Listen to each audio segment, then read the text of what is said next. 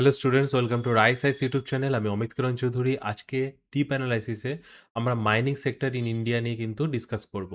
তো আজকে the Hindu news পেপারে কিন্তু ইললিগাল মাইনিং নিয়ে একটা আর্টিকেলস এসছে এবং এটার উপরে যেহেতু আমাদের প্রিলিমস কিন্তু বাইটস হয়েছে, কিন্তু আমরা করব কি মাইনিং সেক্টরটাকে নিয়ে করব, যে তার রেগুলেশনস কী রয়েছে, সেটাকে তার চ্যালেঞ্জেস কী রয়েছে, সিগনিফিক্যান্স কী, এই জিনিসগুলো নিয়ে কিন্তু আজকে আমরা মেইনসের দিক থেকে মাইনিং সেক্টর ইন ইন্ডিয়া নিয়ে তো আমরা আলোচনা করব। তো যদি আমরা দেখি প্রিভিয়াস ইয়ার কোয়েশ্চেন, তাহলে আমরা দেখতে পাবো ২০২১ সালে কিন্তু এই কোয়েশ্চেনটা এসছে এবং মাইনিং সেক্টর নিয়ে কিন্তু প্রায় কোয়েশ্চেন আসে। ২০২১ এসছে, ১৮ তে এসছে, ২০ তে এসছে। তো আমরা একটা কোয়েশ্চেন আমি এখানটায় তোমাদের স্যাম্পল হিসাবে দিলাম। তোমরা দেখে নেবে। তো যেহেতু প্রিভিয়াস ইয়ারে রিপিটেডলি এসছে, তো সেহেতু কিন্তু এই টপিকটা ইউপিএসসি মেইনসের দিক থেকে কিন্তু খুবই ইম্পোর্টেন্ট। তো এবারে দেখি যে শুরু করা যাক এটা। তো ইন্ট্রোডাকশনে যদি দেখি যে একটা রেডিমেড যেটা মেইনসে লেখা যাবে না, সেই হিসাবে কিন্তু একটা ইন্ট্রোডাকশন তৈরি করা। এখানটা একটা ফিউচারিস্টিক্স এর ব্যাপার আছে, রিয়েল ডেটা কিন্তু রয়েছে। দেখো, as a backbone of India's industrial economy, the mining sector supplies essential raw materials for power, stills and cements. আমরা জানি যে মাইনিং সেক্টরটা কি, যত আমাদের ইন্ডাস্ট্রি গড়ে উঠছে না, তার বেসিস হচ্ছে মাইনিং। তো সেখান থেকে যেমন পাওয়ার, কোল মাইনিং না হলে পাওয়ার জেনারেট হবে না। তো পাওয়ার জেনারেট হওয়ার জন্য কোল নিড।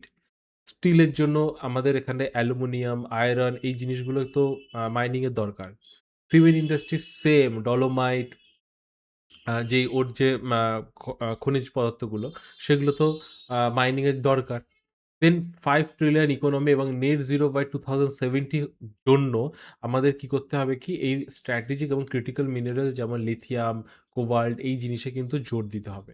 নেট জিরো বাই 2070 কেন? আমরা জানি যে যদি নেট জিরোতে যেতে চাই, তাহলে আমাদের ইভির দিকে আরো বেশি নজর দিতে হবে, ইলেকট্রিক ভেহিকলস এর উপরে। আর ইলেকট্রিক ভেহিকলস এর উপর জোর দিতে গেলে আমাদের লিথিয়াম আয়ন ব্যাটারি দরকার। আমাদের ব্যাটারি সেন্ট্রিক, ইভি সেন্ট্রিক কিন্তু সব লিথিয়াম, কোবাল্ট এখান থেকেই কিন্তু আসে। সেটা সোলার প্যানেল তৈরি করার থেকে শুরু করে বা সোলার স্টোরেজ, ব্যাটারি স্টোরেজ, সেটাতেও কিন্তু এই মাইনিং কিন্তু খুবই ইম্পর্টেন্ট। দেন সিগনিফিকেন্স দেখি, আমাদের ইন্ডিয়ান মাইনিং সেক্টর সিগনিফিকেন্স দেখো। দেখো, এটাকে ডিফারেন্সিয়েট করে তৈরি করা রয়েছে। ইকোনমিক সিগনিফিকেন্স কি আছে? যদি আমরা দেখি, অলরেডি এখন 2.2% টু 2.5% জিডিপিতে কন্ট্রিবিউট করছে এবং কি বলছে যে ১০ থেকে ১১% আমাদের ইন্ডাস্ট্রিয়াল আউটপুটে কিন্তু ইন্ডেক্স অফ ইন্ডাস্ট্রিয়াল প্রোডাকশনে কিন্তু এটা কন্ট্রিবিউট করছে। দেন মাল্টিপ্লায়ার এফেক্ট বলছে 1% যদি মাইনিং সেক্টরে গ্রোথ হয়, তাহলে জিডিপিতে সেটা কত ইম্প্যাক্ট করছে? 1.2% টু 1.5% ম্যানুফ্যাকচারিংয়ে তার সে ইম্প্যাক্ট দিচ্ছে, মানে ১ গুণ বাড়লে ও ১.৫ গুণ এফেক্ট দিচ্ছে। তো এই ডেটাগুলো কিন্তু মেইনসের দিক থেকে খুবই ইম্পর্টেন্ট। তো এই জিনিসগুলো কিন্তু নোট ডাউন করে নেবে। দেন রেভিনিউ আমরা জানি যে রয়্যালটিজ থেকে, অকশনস, ডিস্ট্রিক্ট মিনারেল ফাউন্ডেশন, ডিএমএফ, তো এগুলোর থেকে কিন্তু স্টেট কিন্তু প্রচুর রেভিনিউ ইনকাম করে। যেমন আমাদের এখানটা যেমন অশোকনগরে তেলের যে মা আম তেল পাওয়া গেছে, তো সেখান থেকে যদি তেল উত্তোলন হয় না, তো সেখান থেকে তারা রয়্যালটিজ গভর্নমেন্ট পাবে এবং ডিস্ট্রিক্টও পাবে। তো তার ফলে কি হবে, সেই ডিস্ট্রিক্টে কিন্তু রেভিনিউ বাড়লে ইনফ্রাস্ট্রাকচার বাড়বে। তো এই জিনিসগুলো কিন্তু এফেক্ট পড়ে। স্ট্র্যাটেজিক সিগনিফিক্যান্স কি? যেটা আমরা জানি, যদি আমাদের এই মিনারেলস হচ্ছে ইন্ডাস্ট্রি প্রোডাকশনের বেস। তো সেই যদি জিনিসগুলো যদি আমরা নিজেরাই আউটপুট করতে পারি, নিজেরাই আমরা যদি বা খনন করে নিতে পারি, তাহলে তো আর অন্যান্য দেশের উপর নির্ভর হতে হয় না। সেম অ্যাজ যেমন আমরা চায়না থেকে আ লিথিয়াম আয়নস ব্যাটারি, এই কোবাল্ট, এইসবের উপরে যেমন ডিপেন্ডেন্ট, সেই জিনিসগুলো কিন্তু ডিপেন্ডেন্সি থাকে না যদি আমরা নিজেরাই এই মাইনিংটা করতে পারি। দেখো, স্ট্র্যাটেজিক সিগনিফিকেন্স এখানে কি লিখে রেখেছে? দেখো, কোর ইনপুট সিকিউরিটি আমরা জানি যে স্টিল, আয়রন ওর, পাওয়ারের ক্ষেত্রে থার্মাল কোল, ইনফ্রাস্ট্রাকচার লাইমস্টোন, যেটি লাইমস্টোন কিসে লাগে? সিমেন্ট ইন্ডাস্ট্রিতে। এগুলো যদি আমরা নিজেরাই করতে পারি, তো আমাদের ইন্ডাস্ট্রিয়াল সেক্টর কিন্তু সিকিউরিটি, নেট সিকিউরিটি পাবে। সেগুলো অনগোয়িং থাকবে, প্রসেসে থাকবে। দেন গ্রিন ট্রানজিশনস আমি বললাম যে এটা নেট জিরো 2070 তে যদি করতে হয়, তো lithium, cobalt, rare earth elements, এগুলো কিন্তু খুবই ইম্পর্টেন্ট। সেই দিকে কিন্তু আমাদের এগোতে হবে। স্ট্র্যাটেজিক অটোনমি, যদি চায়নার উপর ডিপেন্ডেন্স না রাখতে চাই, তাহলে আমাদের নিজস্ব এই যে মাইনিং সেক্টরে কিন্তু খুবই ফোকাস করতে হবে।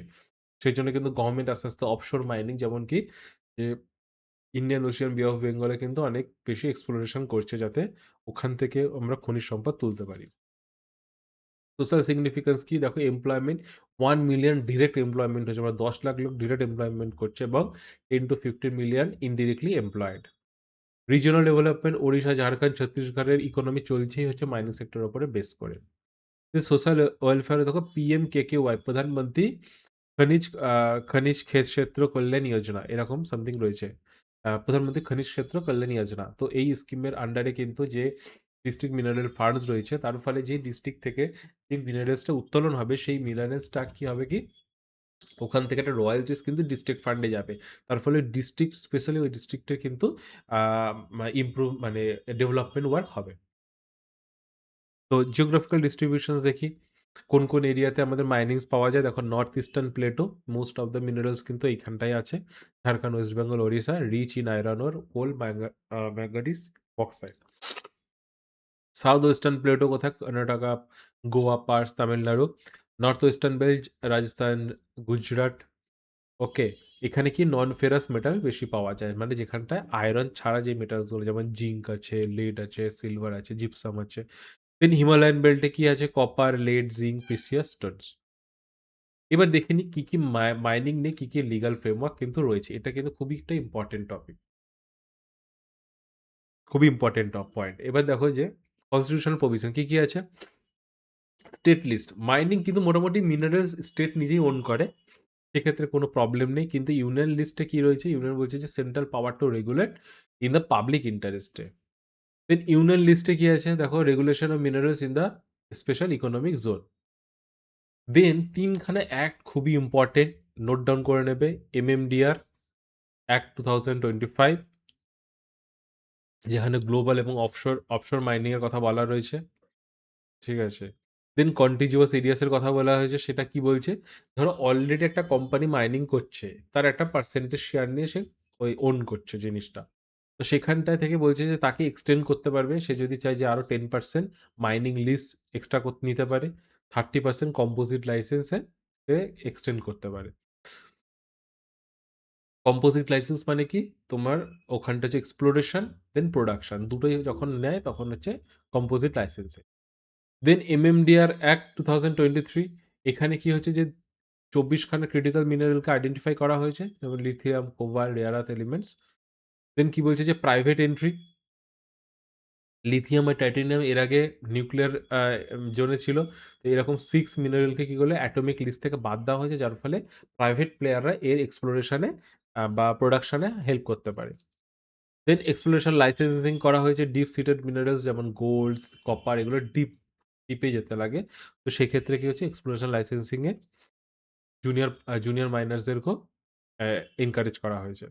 দেন ন্যাশনাল মিনারেল পলিসি 2019, এটা খুবই একটা ইম্পর্টেন্ট পলিসি, যেখানটা হচ্ছে যে কম ইন্ডাস্ট্রি স্ট্যাটাস দেওয়া হয়েছে, মাইনিং সেক্টরকে ইন্ডাস্ট্রি স্ট্যাটাস দেওয়া হয়েছে। তার ফলে কি হবে কি, ব্যাংক থেকে লোন নেওয়া কিন্তু খুবই সুবিধা হবে, এবং কমার্শিয়াল যে ফাইন্যান্সিং সেটাতে কিন্তু সুবিধা হবে, তার ফলে খরচ কমবে। Then offshore areas mining act 2023, offshore যেটা আমি বললাম, যেটা হচ্ছে ল্যান্ডে না, ওয়াটারে, আমাদের ইন্ডিয়ান ওশিয়ান আছে, বে অফ বেঙ্গল রয়েছে, এইখানটায় কিন্তু যাতে মাইনিং হতে পারে, তার জন্য এই অ্যাক্টটা আনা হয়েছে।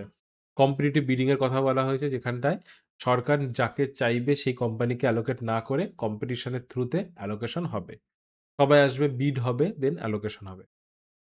দেন কম্পোজিট লাইসেন্সিং এর কথা বলছি, যেখানে single permit for both exploration and production, যেটা আমি অলরেডি বললাম।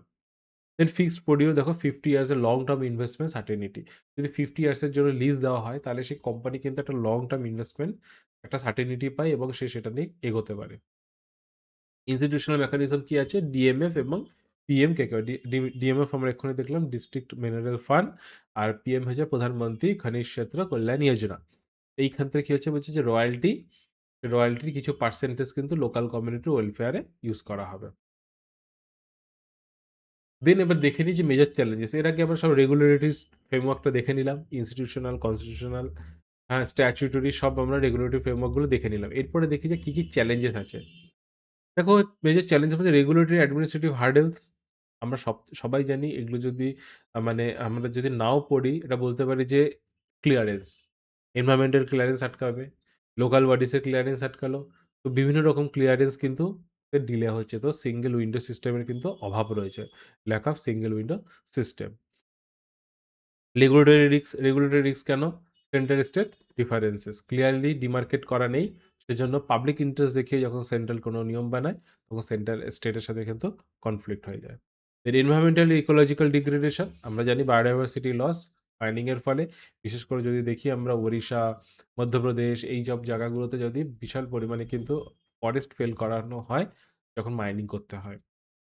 বেদান্তা গ্রুপের প্রোটেস্ট হয়েছিল ওড়িশাতে, সেটাও কিন্তু ওই ফরেস্ট রিলেটেডই ছিল। পলিউশন ওয়েটস আমরা জানি acid mine drainage unscientific disposal of overburden contaminate water bodies, এগুলো কিন্তু effect. Social conflict and tribal welfare, resources curse আমরা দেখেছি যে যেখানে সবথেকে বেশি রিসোর্সেস ঝাড়খণ্ড, ওড়িশা, মধ্যপ্রদেশ, এখানেই কিন্তু সবথেকে পুয়ার রিজিয়ন আমাদের দেশে। তো সেটাই বলছে যে সেখান থেকে কিন্তু কি হচ্ছে কি যেখানে ওই এরিয়া মাইনিংয়ের ফলে যে লোকাল কমিউনিটি তারা নিজেদের যে আগের যে ট্র্যাডিশনাল লাইভলিহুডস ছিল সেগুলো থেকে তারা বঞ্চিত হচ্ছে, সেখান থেকে তারা ডিসপ্লেসড হচ্ছে এবং তার সাথে সাথে লেফট উইং এক্সট্রিমিজমও কিন্তু বৃদ্ধি পাচ্ছে। দেন হিউম্যান রাইটস কনসার্নস কি আছে দেখো, rat hole mining north east ইন্ডিয়াতে, এটা কিন্তু খুবই একটা ডেঞ্জারাস, প্রথম কথা ডেঞ্জারাস, তার কথা হচ্ছে সেটা হিউম্যান লাইফের থ্রেটও কিন্তু। ছোট ছোট গর্ত করে মাইনিং করতে ওখানে যেতে লাগে, এটাকে বলে rat hole mining.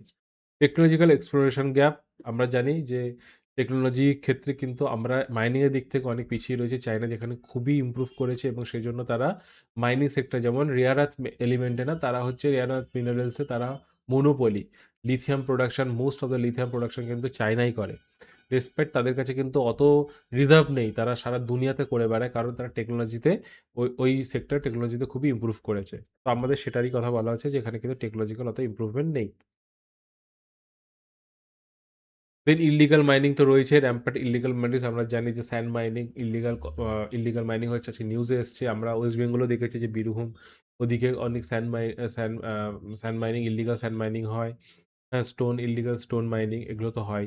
Monitoring gaps রয়েছে, মাইনিং সার্ভেলিং সিস্টেমের অভাব, ঠিক আছে, মানে থাকা সত্ত্বেও সেগুলো প্রপারলি ট্র্যাক হয় না।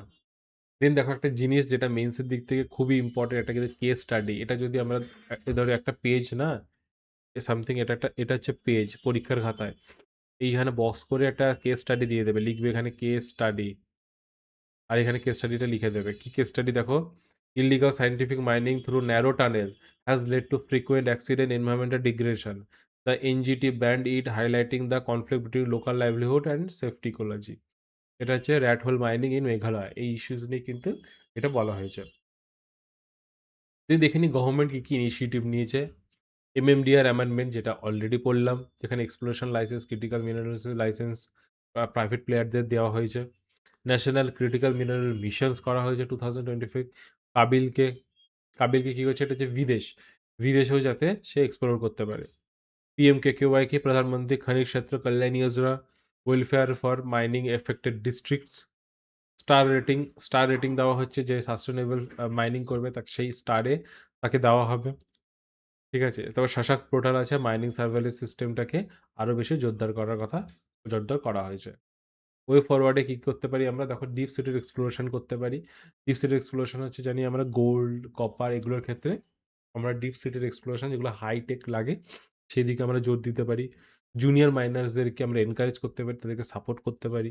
সার্কুলার ইকোনমি, আচ্ছা কি আমরা যে যেমন সিম কার্ডে কিন্তু গোল্ড রয়েছে, ফোনে আমাদের ইলেকট্রনিক্স জিনিসপত্রে কিন্তু অনেক ধাতু রয়েছে, মানে মেটালস রয়েছে। তো সেগুলো যদি আমরা সার্কুলার ইকোনমিক থ্রুতে যখন এটা ওয়েস্টেজ হয়ে যায়, সেগুলো যদি সার্কুলার ইকোনমিক থ্রুতে ওই মেটালগুলোকে আমরা এক্সট্রাক্ট করতে পারি, তো আরবান মাইনিং, এটাকেই বলছে কি আরবান মাইনিং, তাহলেই হবে কি নেট জিরো 2070 আমরা পৌঁছাতে পারবো। দেন সোশ্যাল লাইসেন্সিং হচ্ছে কি যে ডিএমএফ স্পেন্ডিংটাকে স্ট্রিক্ট করে দেওয়া, যেটা ডিস্ট্রিক্ট মিনারেল ফান্ডে যেটা যাচ্ছে সেটা যেন স্ট্রিক্টলি ওই এরিয়াতে ওখানেই কাজে লাগে, সোশ্যাল ওয়েলফেয়ারের কাজে লাগে, এনভায়রনমেন্ট, সোশ্যাল গভর্নেন্স এগুলোতে। ডাউনস্ট্রিম ভ্যালু এডিশন বলছে যে মেক ইন ইন্ডিয়া ইনিশিয়েটিভ বেশি আরও নিতে হবে। বলছে মুভ ফ্রম র ওর এক্সপোর্ট, আমরা কি করি যে মিনারেলসটা এক্সপোর্ট করে দিই বাইরে, ফিনিশ গুডস হয়ে আমাদের ভারতে আবার ফিনিশ গুডস বিক্রি হতে চলে আসে। সেটা না করে আমাদের এখান থেকে যখন মেটেরিয়ালস বেরোবে এখানেই যেন আমরা সেটা ফাইনাল প্রোডাক্ট বের করে, ফিনিশ প্রোডাক্ট বের করে আমাদের ভারতবর্ষকে বিক্রি করতে পারি এবং সেটা যেন আবার বিদেশে আমরা এক্সপোর্টও করতে পারি। তো এই বলছে যে ডাউনস্ট্রিম ভ্যালু অ্যাডিশন। রেগুলেটরি স্ট্রিমলাইনিং বলছে সিঙ্গেল উইন্ডো ক্লিয়ারেন্স করলে কী হবে কি, যত তাড়াতাড়ি ক্লিয়ারেন্স হবে তত তাড়াতাড়ি এই সেক্টরটা আরও বেশি বুম করবে। কনক্লুশন যদি দেখি, দেখো খুব সুন্দর conclusion. Mining sector is vital for industrial growth and net zero 2070 goals, balancing high tech exploration with sustainable practices and community welfare will ensure mineral security, strategic autonomy, resilient, আত্মনির্ভর। তো এই যে পুরো কনটেন্টটা আমরা দেখলাম না, এই কনটেন্টটা কিন্তু পুরোটাই আবার বাংলাতেও রয়েছে আমাদের। কেউ যদি বাংলাতে পরীক্ষা দেয়, সে কিন্তু বাংলাতেও দিতে পারবে। ভারতের খনি খাতের আইনগত ও নীতিগত কাঠামো। তো দুটোতেই রয়েছে, যে বাংলাতে দেবে সে বাংলাতে পড়বে, যে ইংলিশে দেবে তো ইংলিশে পড়ে নেবে। তো এই আমাদের ডকুমেন্টসটা কোথায় আপলোড হয়ে যাবে? আমাদের ওয়েবসাইটে বাংলা প্লাস ইংলিশে আপলোড হয়ে যাবে। তোমরা এই কোয়েশ্চেনটা অ্যান্সার করবে। 2021 এর এই কোয়েশ্চেনটা 10 নম্বরের কোয়েশ্চেন। 10 মিনিট টাইম নেবে, নিয়ে অ্যান্সার করে আমাদের ওয়েবসাইটে আপলোড করে দেবে। আমরা কিন্তু এটা তোমাদেরকে ইভ্যালুয়েট করে দিয়ে দেবো। এবং এর সাথে, সাথে ভিডিও অ্যানালাইসিস, যে প্রিলিমস, বাইটস এবং এডিটোরিয়াল এক্সপ্লেইনদের কিন্তু আমাদের রাইস আইসি ইউটিউব চ্যানেলে আপলোড হয়ে যাবে। তোমরা এটা কিন্তু দেখে নিও। All the best students. Thank